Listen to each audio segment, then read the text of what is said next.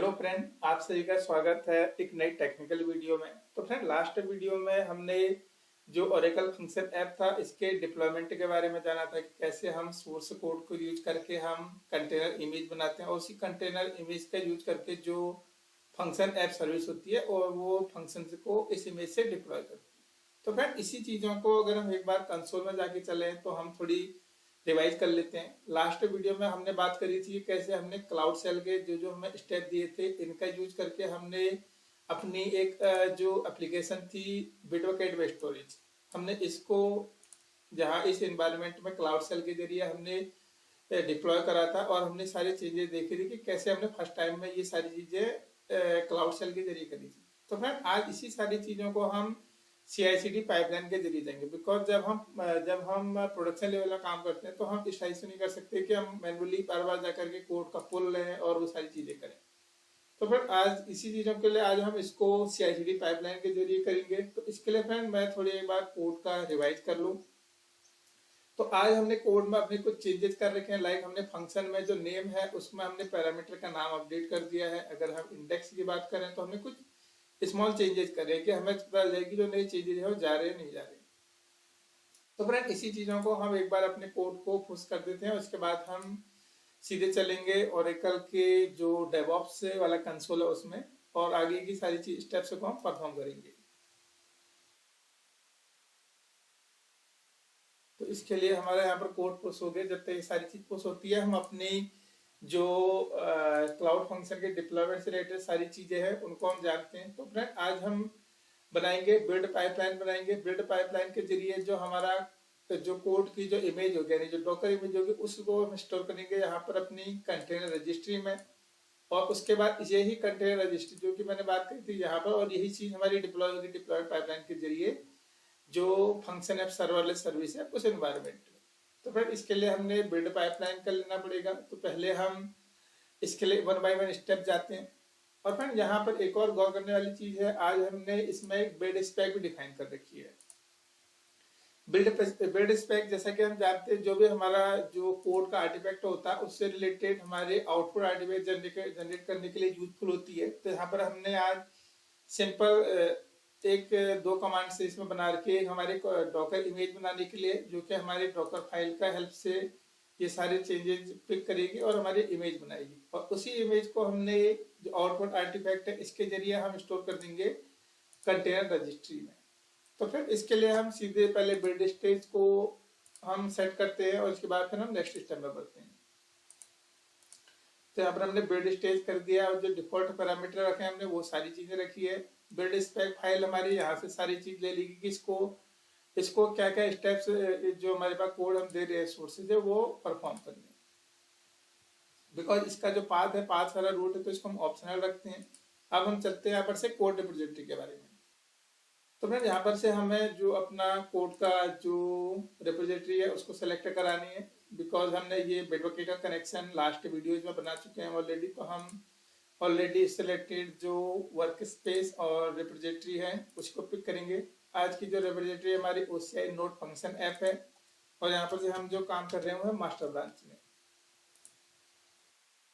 और इसके साथ ही हमने जो प्राइमरी कोड रिपोजिटरी है वो स्टोर कर दी है और हमें एडिशनल की अभी कोई ज़रूरत नहीं है। तो हम सीधा नेक्स्ट स्टेप में करते हैं। और इस स्टेप में तो हमने ये डिफाइन करा कि हमने जो भी है जो डॉकर इमेज है बिल्ड करनी है और उसको ये एक जो इन्वायरमेंट होगा यानी कि जहाँ सारी चीज़ वहाँ स्टोर हो जाएगी। अब हमने इस चीज़ को नेक्स्ट स्टेप डिफाइन करनी है कि जो भी हमारा इस स्टेप में हमारा ये डॉकर इमेज बनी इसको पिक करके कंटेनर रजिस्ट्री में डालना।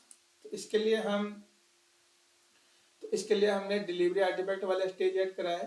तो फ्रेंड, यहाँ पर हमने जैसे कि हम हर बार करते हैं हमने ये जितनी भी पॉलिसीज हैं और ये सारी चीजें हैं ये हमने बनानी है। बिकॉज मैं ऑलरेडी सेट कर चुका हूँ तो इसको मैं स्किप कर रहा हूँ, लेकिन हमको ये सारी चीजें करनी पड़ती हैं। अदरवाइज ये सारी चीजों को वो परफॉर्म नहीं करने देगा हमें सारी चीजें।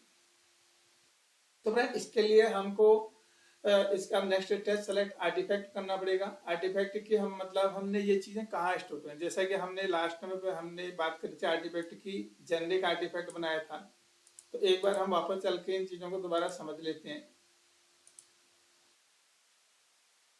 तो फ्रेंड जो हमारे पास यहाँ पर आर्टिफैक्ट है या फिर जो भी सारी चीजें, ये सब हमारा एक रेफरेंस से काम करता है एक्चुअल जो हमारी इस रेपोजिटरी का। तो हम यहाँ पर से हम अगर इसको अभी हम ऑलरेडी बना चुके हैं, हम एडिट करके देखें तो यहाँ पर से हमने नाम दिया है, हमने डिफाइन कर रखा है हमारा आर्टिफैक्ट जो है वो कंटेनर इमेज रेपोजिटरी है। और यहाँ पर से हमने इसका पाथ जो है वो पार्सर हमने यहाँ से पिक कर दिया है कि हमारा जो ये हमारा बेस से यूआरएल रहता है। इसके बाद ये हमारा आएगा टेनेंसी का यूआरएल, लाइक नेम स्पेस आ जाएगा। इसके बाद जो जो नेक्स्ट स्टेप आता है हम वो आ रहता है हमारा ये इसका नाम, रेपोजिटरी का नाम, और एट द एंड जो लास्ट आता है हमारा टैग का नाम। तो हमने एक बेसिक पूरा इसका पूरा पाथ दे दिया इसको कि हमारे ये सारी इमेज यहाँ स्टोर करे और इसको पिक करके आगे यूज किया जाए। तो फिर इसको हम कैंसिल कर दें बिकॉज ये सारी चीज ऑलरेडी स्टोर्ड है। और इसके साथ ही फ्रेंड हम एक और चीज गौर करने वाली है यहाँ पे एनवायरमेंट की। इसको फ्रेंड हम अभी इसमें अभी हम एनवायरमेंट के बारे में बात कर लेते हैं बिकॉज हमारे नेक्स्ट पाइपलाइन में आएगा। एनवायरमेंट में जैसे कि हम जानते हैं कि इसका यूज हम किस टारगेट ग्रुप में हम इसका यूज करना चाहते हैं। बिकॉज हमने यहाँ पर इसका नाम डिफाइन कर दिया है और हमने यूज करनी है यहाँ पर फंक्शन एप्लीकेशन। तो हमने जो एप्लीकेशन का नाम, ये फंक्शन जो ये है इसका नाम है फंक्शन नोड है। यहाँ पर एप्लीकेशन का नाम आ गया है और फंक्शन का नाम भी यहाँ पर हमारा ऑलरेडी पिक हो गया है। तो फ्रेंड एटलीस्ट जब हम अगर फर्स्ट टाइम अब हम करेंगे तो हमारा एप्लीकेशन और उससे रिलेटेड एटलीस्ट एक फंक्शन यहाँ पर एग्जिस्ट होना चाहिए जिसमें हमने सारी चीजें चेंजेस डिप्लॉय करने हैं। अगर ये सारी चीजें नहीं होंगी तो ये सारी चीजों के लिए हमें ये इसको नहीं करने देगा। अगर हम दोबारा बात करें कि हमने एक टेस्ट बनाना है तो उसके लिए भी हमसे दिखाएगा कि हमें एप्लीकेशन का नाम देना है, वही सारी चीज करने अगर नहीं करेंगे तो उस चीजों को नहीं करने देगा। तो यहाँ पर से फ्रेंड हमने फंक्शन का जो टारगेट था इसका डिफरेंस दे दिया है कि यहाँ सारी चीजें जाने। तो हम वापस अपनी बिल्ड पाइपलाइन चाहते हैं और अपने स्टेप्स जितने उसको हम परफॉर्म करते हैं, यानी कि डिप्लॉय आर्टिफैक्ट वाले को।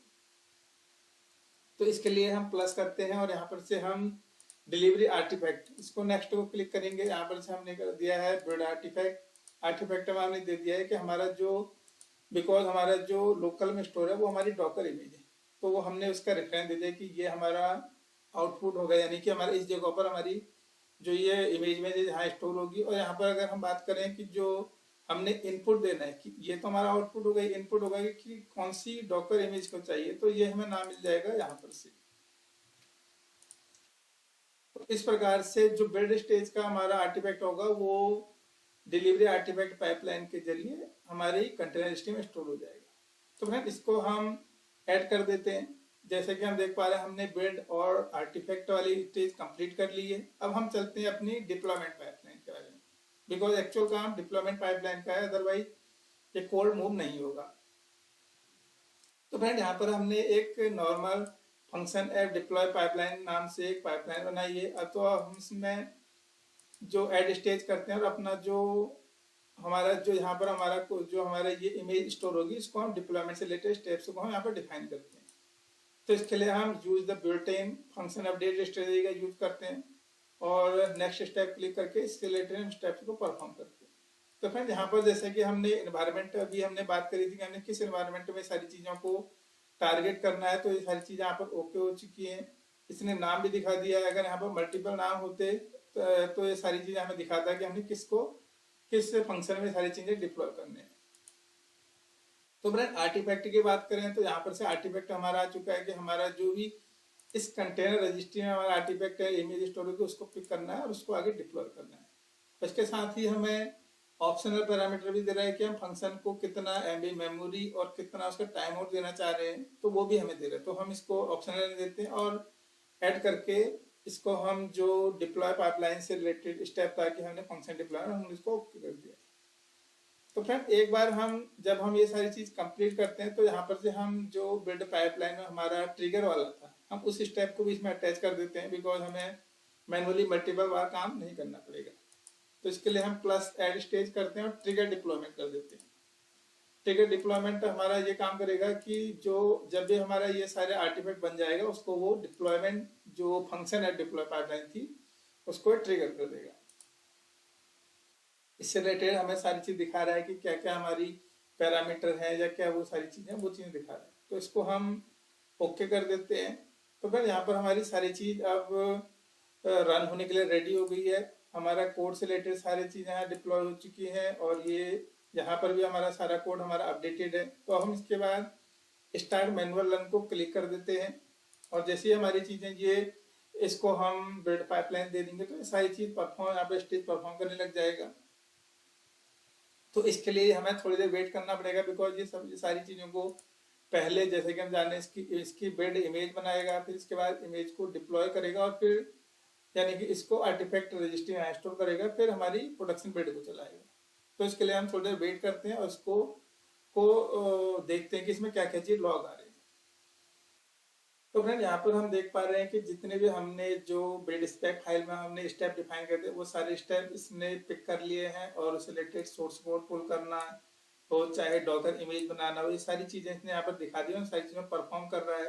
और जब ये सारी चीज कंप्लीट हो जाएंगी तो फिर ये नेक्स्ट स्टेज को यानी इसके बिल्ड आर्टिफैक्ट वाले को यानी कि इसको यहाँ पर से डिलीवरी वाले में काम करना स्टार्ट कर देगा। तो फ्रेंड इसके लिए हम थोड़ी वेट करते हैं और इसको देखते हैं चीजें।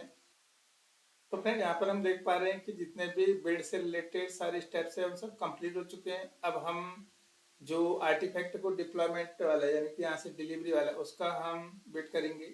जैसा कि हम देख पा रहे हैं इसने डॉकर जो इमेज बनाने वाले हैं या फिर जितने भी स्टेप्स हैं सारे लॉग्स यहाँ पर दिखते हैं और ये बता रहा है कि जो कंप्लीटेड बिल्ड स्टेज यानी बिल्ड स्टेज की सारी कंप्लीट हो गई है और अब ये जो डिलीवरी आर्टिफैक्ट वाला है वो चीज़ों को काम कर रहा है यानी कि इसको यहाँ कंटेनर रजिस्ट्री में स्टोर करने का काम कर रहा है। और जब ये चीज़ें हो जाएंगी तो फिर हमें दिखाएगा कि ये जो प्रोडक्शन जो पाइपलाइन यानी फंक्शन पाइपलाइन है उसको ट्रिगर कर देगा।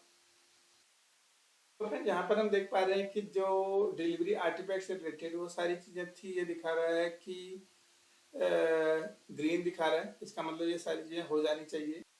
तो फिर इस चीज़ के लिए हम एक बार डायरेक्ट कंटेनर रजिस्ट्री में जाके चेक करते हैं कि ये सारे चीज़ें हुए हैं नहीं हुए हैं। तो यहाँ पर हम देख पा रहे हैं कि जो हमारी जो रिपोजिटरी थी यानी कंटेनर रजिस्ट्री के अंदर इस रिपोजिटरी में हमारा एक इमेज नई बन चुकी है।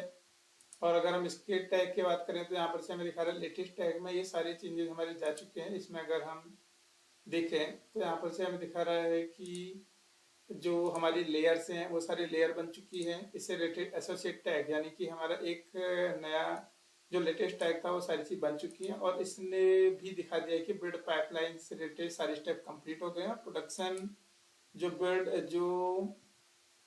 जो डिप्लॉयमेंट पाइपलाइन है वो पाइपलाइन को भी इसने हिट कर दिया है। तो फ्रेंड इसके लिए हम अपनी सीधे डिप्लॉयमेंट पाइपलाइन पे चलते हैं और चीज़ों को देखते हैं कि वहाँ पर सारी चीज़ें ट्रिगर हुई है नहीं हुई है। इसके लिए हम डिप्लॉयमेंट्स में चलते हैं और यहाँ देखते हैं कि हमारी जो डिप्लॉयमेंट पाइपलाइन है वो सारी चीज़ें उसने डिप्लॉय करने चाहिए। तो फिर यहाँ पर हम देख पा रहे हैं कि इसने जो नए चेंजेस थे वो सारे नए चेंजेस भी यहाँ पर डिप्लॉय कर दिए हैं, जैसा कि हम देख पा रहे हैं। तो मैं इसी चीज़ों को हम वापस अपने जो फंक्शन ऐप है वहाँ जाकर के देखते हैं तो ये हमें दिखाएगा कि जो नए चेंजेस थे वो सारे डिप्लॉय हो चुके हैं। यहाँ पर इसने लास्ट अपडेटेड नया दिखा दिया कि हमारा ये अपडेटेड टाइम बदल चुका है। तो मैं इस चीज़ों को अगर हम एक्सेस करना चाहें तो इसको हम जो एंड पॉइंट है एंड पॉइंट को भी हिट करके कर सकते हैं। बट यहाँ पर हमें कुछ ऑथेंटिकेटेड की एरर दिखाएगी बिकॉज जब हम इसको इस यूआरएल को इन्वोक करेंगे तो इसमें हमें ये tenancy ID user ID multiple ID की जरूरत मांगता है। तो फिर इसको हम बाद में भी हम चेक कर सकते हैं, लाइक जैसे कि हमने बात करा कि हम इसको एचटीटीपी किसी मेथड से कर सकते हैं। तो अभी हम टेस्ट करने के लिए हमें यहाँ पर से जैसे कि हम जानते हैं हमें एक मेथड मिलती है कि fn इन्वोक ऐप का नाम और उसके बाद हम डालते हैं जो हमारे फंक्शन का नाम। तो फिर इसके लिए हम इसको रिस्टोर कर लेते हैं और दोबारा से जो हमारा कमांड थी यानी कि इसको चेक करने की उसको हम हिट करके देखते हैं कि हमारे जो नए चेंजेस थे वो गए हैं नहीं गए। लाइक fn इन्वोक ऐप का नाम और उसके बाद नेक्स्ट है हमारा जो फंक्शन का नाम है।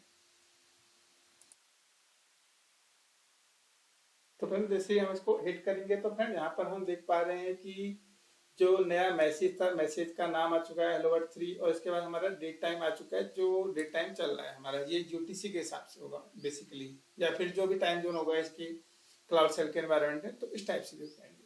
तो फ्रेंड इसको हमने यहाँ से चेक करा कि आज कैसे हमने बिल्ड और डिप्लॉयमेंट पाइपलाइन के हेल्प से CI/CD मेथड के जरिए अपना जो फंक्शन ऐप था उसको अपडेट करा और इस चीज़ को हमने टेस्ट भी करा कि कैसे हम इस चीज़ों को हम चेक कर सकते हैं कि हमारे चल गया। लेकिन अगर हम प्रोडक्शन में काम करेंगे तो हम इसके लिए जो हमें ये फंक्शन दिखा रहा है। इस एंड पॉइंट को हम, जैसे कि मैंने बात करी पोस्टमैन या किसी मेथड से जो एडिशनल इसकी हेडर्स होते हैं, लाइक जो एपीआई की है या बेसिक जो चीजें होंगी, तो उसके जरिए में इसको एक्सेस कर पाएंगे।